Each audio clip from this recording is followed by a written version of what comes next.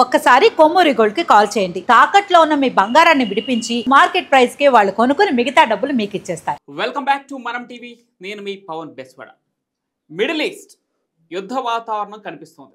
యుద్ధ వాతావరణం కనిపించడం కాదు, యుద్ధమే జరుగుతుంది. అయితే ఒక పక్క నుండి ఇరాన్ ఇజ్రాయెల్ యుద్ధాన్ని చూస్తూ ఉంటాం. వాళ్ళిద్దరిలో కొట్టుకొని ఎవరు బలవంతులో తేలిపోవాలి, అప్పుడే యుద్ధం మాత్రం ఆగిపోతుంది. ఆ తర్వాత మాత్రమే అక్కడ శాంతి నెలకొల్పబడుతుందని చెప్పేసి అమెరికా అధ్యక్షుడు డొనాల్డ్ ట్రంప్ చెప్పినటువంటి మాటలు. ఈ మాటలు చెప్పిన తర్వాత డైరెక్ట్గా అమెరికానే యుద్ధంలోకి దిగింది. ఇరాన్పై విరుచుకుపడింది ఇజ్రాయెల్కు సపోర్టుగా. ముఖ్యంగా ఇరాన్లో రాజధాని నగరాన్ని ఎంచుకొని దానిపై టార్గెట్గా, బంకర్లే టార్గెట్గా ఆ సుప్రీం ఖమేనీని ఖతం చేస్తామంటూ అమెరికా విరుచుకుపడింది. దానికి ప్రతిదాడిగా ఇరాన్ కూడా చేసింది. అయితే ఇక్కడ అమెరికా ద్వంద్వ వైఖరిని మనం చూడాలి. అంటే డబుల్ గేమ్ని మనం ముఖ్యంగా గమనించాల్సిన అవసరం ఉంది. ముఖ్యంగా అంటే భారత్ పాకిస్తాన్ యుద్ధం నేపథ్యంలో కూడా ఈ రెండు దేశాల మధ్య శాంతి చర్చలకు మేమే మధ్యలో కుర్చీ మాదే అని చెప్పేసి డొనాల్డ్ ట్రంప్ ఇప్పటికీ ప్రకటించుకుంటున్నాడు. కానీ పాకిస్తాన్కు IMF నుంచి నిధులైతే సమకూరుస్తాడు. అదేవిధంగా ఇరాన్ ఇజ్రాయిల్ రెండిట్లో ఏదో ఒకటి కొట్టుకొని ఏది బలవంతరాలో తేలిపోవాలంటాడు. మళ్ళీ ఇజ్రాయెల్కి సపోర్ట్గా ఇరాన్పై దాడులకు తెగబడతాడు. సో డొనాల్డ్ ట్రంప్ ద్వంద్వ వైఖరిని ఎలా చూడాలి మనం? ఈ అమెరికా అగ్రరాజ్యం ఈ డబుల్ గేమ్ని ఎలా చూడాలి? డిస్కస్ చేద్దాం. మనతో పాటు సీనియర్ జర్నలిస్ట్ కట్టా కార్తిక్ గారు ఉన్నారు. అన్న నమస్తే. నమస్తే పవన్. ఎస్, ఇప్పుడు దాకా విన్నారు కదా డొనాల్డ్ ట్రంప్ డబుల్ గేమ్ ఎలా చూడాలి? ట్రంప్ అని కాదు, అమెరికా ఎప్పుడు కూడా డ్యూయల్ స్టాండర్డ్స్ లోనే ఉంటది. డబుల్ గేమే ఆడిద్ది. అసలు డబుల్ గేమ్ కాదు, త్రిపుల్ గేమ్ కూడా ఆడిద్ది. అది అమెరికాకు ఉన్నటువంటి ప్రత్యేకమైన నైజం. ఇప్పుడు భారత్ పాక్ మధ్య యుద్ధం జరిగింది, నేనే ఆపానని చెప్పాడు. అవును, కానీ ఆపలేదు, మాకు మేమే ఆపుకున్నాం, పాకిస్తాన్ శరణ్ వేడింది, మేము ఆగామని చెప్పేసి, అంటే మోకాళ్ళ మీద పాకిస్తాన్ గుచ్చుకొని ఇక యుద్ధం ఆపండి అని భారతదేశాన్ని వేడుకుంటే భారతదేశం సీజ్ ఫైర్ ప్రకటించింది. శాంతిని కోరుకున్నటువంటి దేశం కాబట్టి అది మనం చెప్పాం.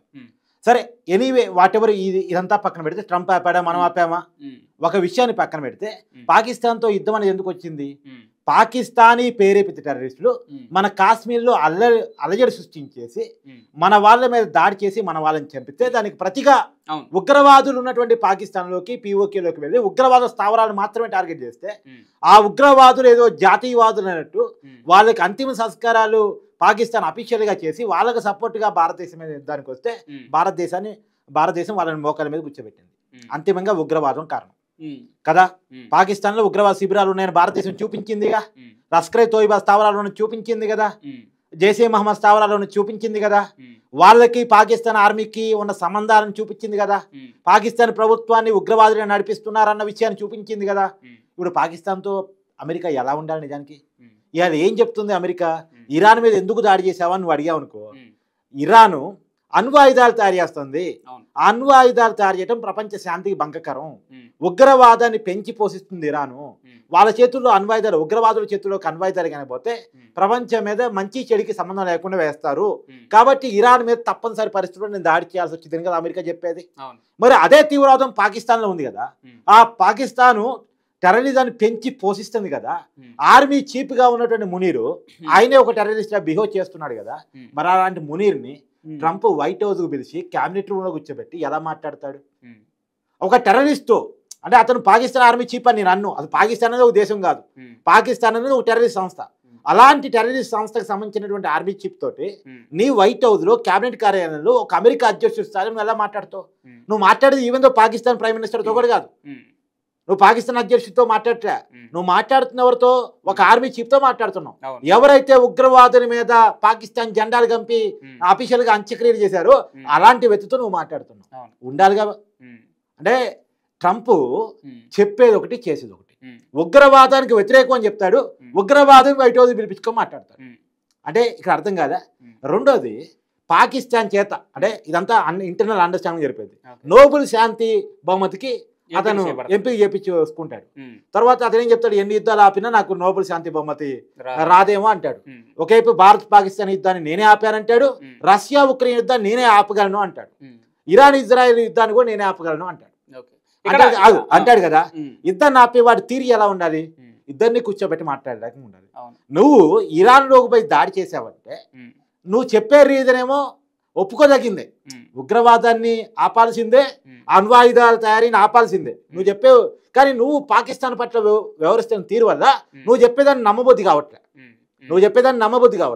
నువ్వు ఇరాన్లోకి పోయేసి B2 బాంబర్స్ ద్వారా అక్కడ నుండి అణ్వాయుధ పరికరాలను ధ్వంసం చేశాను అని చెప్పేసి నువ్వు చెప్తున్నప్పుడు, సరే నువ్వు అది యాక్సెప్ట్ చేద్దామా వద్దంటే నీ వైఖరి యాక్సెప్ట్ చేయనిచ్చా అని నువ్వు ఒక్కో దేశంతో ఒక రకంగా ఉంటున్నావు, ఒక్కొక్కరితో ఒక్కో రకంగా ఉంటున్నావు, ఒక్కో సమయంలో ఒక్కో వైఖరి ప్రదర్శిస్తున్నావు.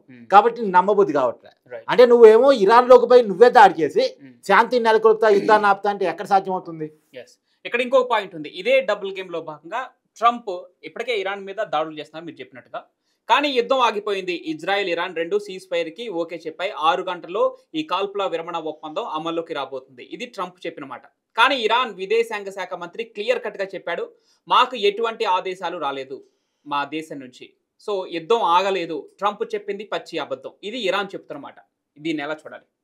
అంటే ట్రంప్ అబద్ధాలు చెప్పటానికి ఆయనకి వెనతో పెట్టిన విద్య అబద్ధాలు చెప్పడం అనేటువంటిది గతంలో అనేక ఉదాహరణలు ఉన్నాయి. ఇప్పుడు రష్యా ఉక్రెయిన్ మధ్య యుద్ధం జరిగింది. ఒకే పుతిన్తో మాట్లాడాడు, ఒకే జెలెన్స్కీతో మాట్లాడాడు. ఎవరికి చెప్పాల్సిన వాళ్ళే చెప్పాడు. యుద్ధాన్ని నేనే ఆపుతున్నాను చెప్పాడు. ఆగిందా? రష్యా ఉక్రెయిన్ యుద్ధం ఆగిందా? జరుగుతుందా? జరుగుతూనే ఉంది కదా.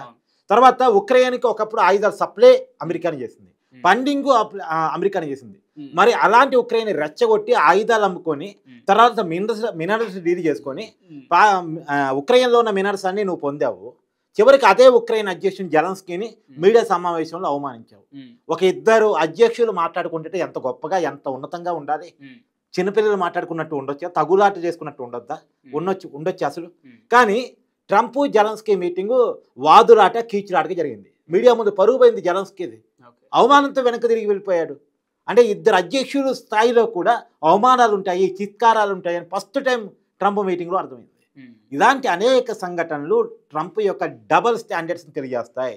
తర్వాత ఇంకొక మాట కూడా, ఇరాన్తో ఒక మంచి సంబంధాలు కుదిర్చి పెట్టండి, నన్ను ఇరాన్ తప్పుగా అర్థం చేసుకుంటుందని ఒకేపు రష్యా పుతిన్తో మాట్లాడతాడు.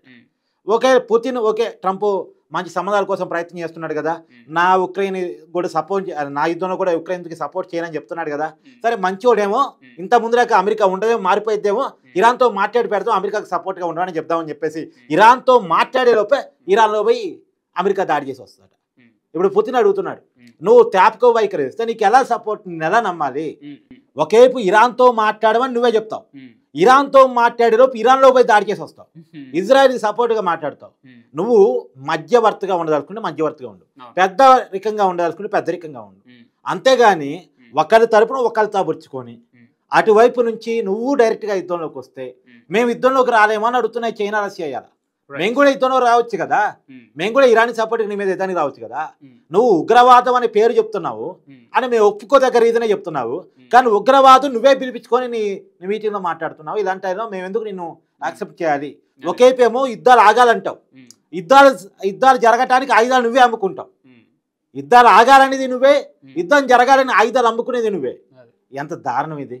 ఇప్పుడు పాకిస్తాన్కి IMF ద్వారా 1,000 కోట్ల రూపాయలు అప్పించారు. ఆ 1,000 కోట్లతో పాకిస్తాన్ ఏం చేసింది? ఇదే అమెరికా దగ్గర ఆయుధాలు కొనుక్కుంటుంది. మరి ఆయుధాలు ఎందుకు కొనుక్కున్నట్టు పాకిస్తాను? యుద్ధం చేయడానికేగా. ఆయుధాలు మళ్ళీ పాకిస్తాన్ ఏమైనా ఉంచుకుంటుందా? పాకిస్తాన్ ఆర్మీ చేతిలో కాదు, సగం ఆయుధాలు ఉగ్రవాదుల చేతిలోకి వెళ్ళిపోతాయి.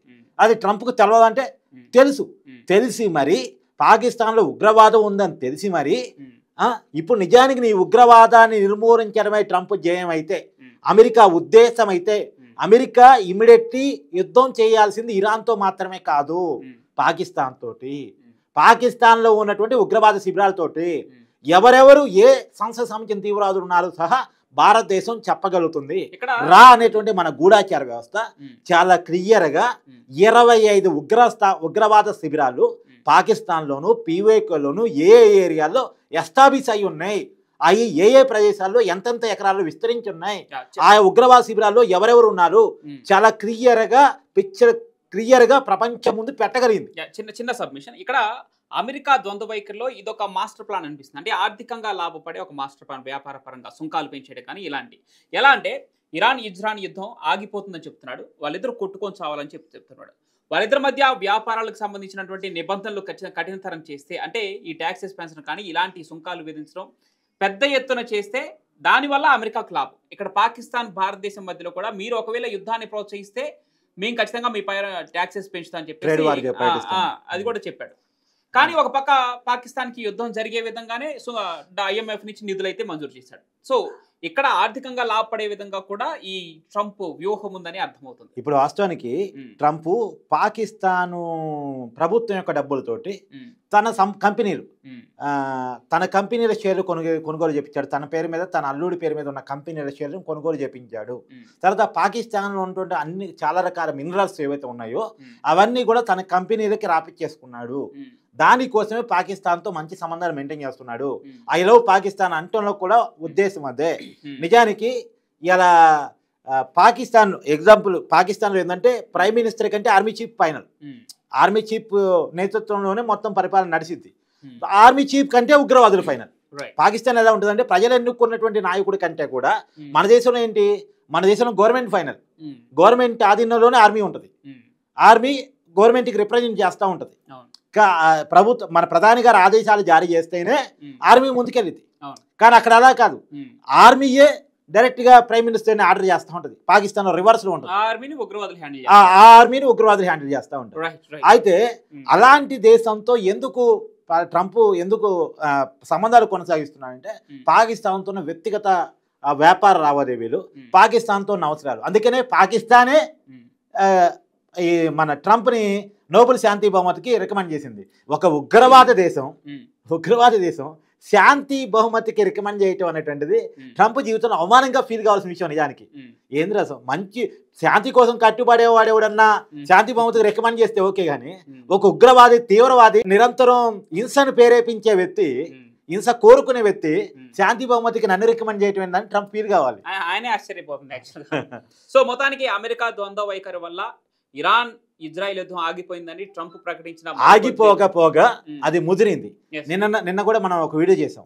సిరియాలో ఉన్నటువంటి అమెరికా ఏదైతే ఆర్మీ ఇప్పుడు ఇంకా కొత్త దేశాలు వచ్చాయి. సిరియా కాదు, ఖతారు కానీ కువైట్ కానీ ఆయా దేశాల్లో ఉన్నటువంటి అమెరికా ఆర్మీ శిబిరాల మీద ఈ ఇరాన్ దాడి చేసింది. అంటే ఇప్పుడు డైరెక్ట్ గా అమెరికా యుద్ధంలోకి వస్తే చూడాలి. అమెరికా డైరెక్ట్ యుద్ధంలోకి వస్తే ఇప్పుడు ఇరాన్కి సపోర్ట్ గా ఏమన్నా రష్యా చైనా యుద్ధంలోకి వస్తే అంటే ఇదంతా కూడా ఒకదానికోటి ముడిపడి ఉన్నాను. సో మళ్ళీ యుద్ధాన్ని ఆపాలి. ఈ ఆల్రెడీ జలసంధి ఆపటం అనేటువంటిది ప్రపంచానికి నష్టం జరుగుతుంది, చమురు ధరలు విపరీతంగా పెరిగిపోతున్నాయని మళ్ళీ చైనాని ట్రంప్ ప్రకటన తర్వాత చమురు ధర అంటే యుద్ధం ఆగిపోయింది అనిపోయిన తర్వాత చమురు ధరలు ఆటోమేటిక్ గా దిగొచ్చాయి. మళ్ళీ ఇరాన్ ప్రకటించిన తర్వాత మళ్ళీ పెరుగుతాయేమో చూడాలి. మరి ఎస్ మళ్ళీ శాంతి నెలకొల్పాలని అమెరికా చైనాని కోరుతుంది. మళ్ళీ ఆశ్చర్యం. సో చూడాలి మరి ట్రంప్ వైఖరి ఇలా డబుల్ గేమ్ లాగా ఉంది. అటు ఇరాన్ ఇజ్రాయెల్ యుద్ధం భారీగా ముదిరిపోతుంది. వేరే రష్యా లాంటి చైనా లాంటి అగ్రదేశాలు కూడా యుద్ధంలో పాలు పంచుకోబోతున్నాయా అమెరికా వైఖరి వల్ల?